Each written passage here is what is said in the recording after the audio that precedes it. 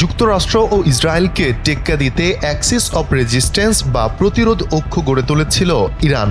দীর্ঘদিন ধরে যেই অক্ষের গুরুত্বপূর্ণ যোদ্ধা হিসেবে কাজ করেছে ইয়েমেনের সশস্ত্র বিদ্রোহী গোষ্ঠী হুথি।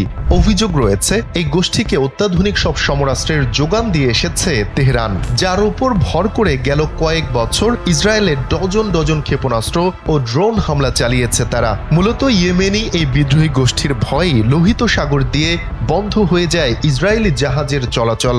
খোদ যুক্তরাষ্ট্র ও তাদের পশ্চিমা মিত্ররা মিলেও ইসরায়েলের জন্য লোহিত সাগরের জলপথ উন্মুক্ত করতে পারেনি।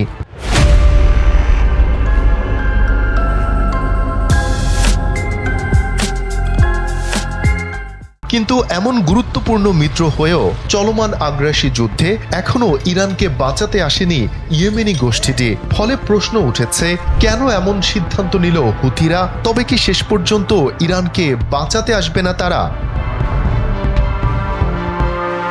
বিষয়টি নিয়ে একটি প্রতিবেদন প্রকাশ করেছে কাতার ভিত্তিক সংবাদ মাধ্যম আল জাজিরা, যেখানে বিশ্লেষকরা বলেন এর অন্যতম কারণ সাম্প্রতিক সময়ে হুথিদের শীর্ষ নেতৃত্বের ওপর ধারাবাহিক হামলা এবং গুরুত্বপূর্ণ নেতাদের মৃত্যু। এতে সংগঠনটির নেতৃত্ব কাঠামো বড় ধাক্কা খেয়েছে এবং নতুন সংঘাতে জড়ানোর বিষয়ে তারা সতর্ক অবস্থান গ্রহণ করছে।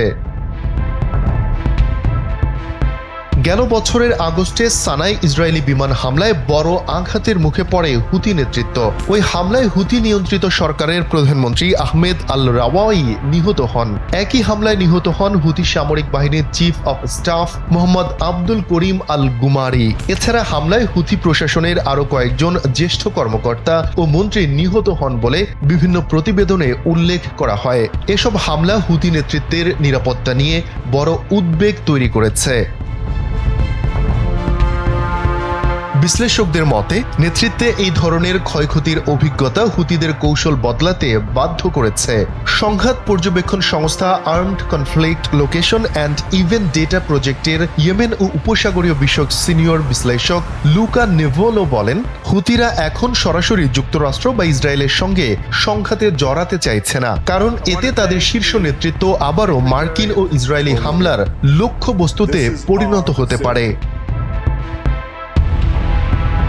ইয়েমেনি রাজনৈতিক বিশ্লেষক সাদ্দাম আল হুরাইবি মনে করেন হুথিরা পুরোপুরি সংঘাতের বাইরে নেই। তার মতে যদি যুদ্ধ আরও বিস্তৃত হয় এবং ইরান সরাসরি তাদের সহায়তা চায় তাহলে তারা যুদ্ধে নামতে পারে। তবে আপাতত তারা পরিস্থিতি পর্যবেক্ষণ করছে এবং নিজেদের শক্তি ধরে রাখার প্রচেষ্টা চালিয়ে যাচ্ছে। এদিকে ইয়েমেনি গবেষক এবং মেসা গ্লোবাল একাডেমি এর নন রেজিডেন্ট ফেলো আদেল দাশেলা বলেন, হুথিরা এখন নিজেদের একটি স্বাধীন আঞ্চলিক শক্তি হিসেবে তুলে ধরতে চাইছে। তাই তারা এমন অবস্থান নিচ্ছে যাতে মনে না হয় যে তারা কেবল ইরানের নির্দেশেই যুদ্ধটা করছে।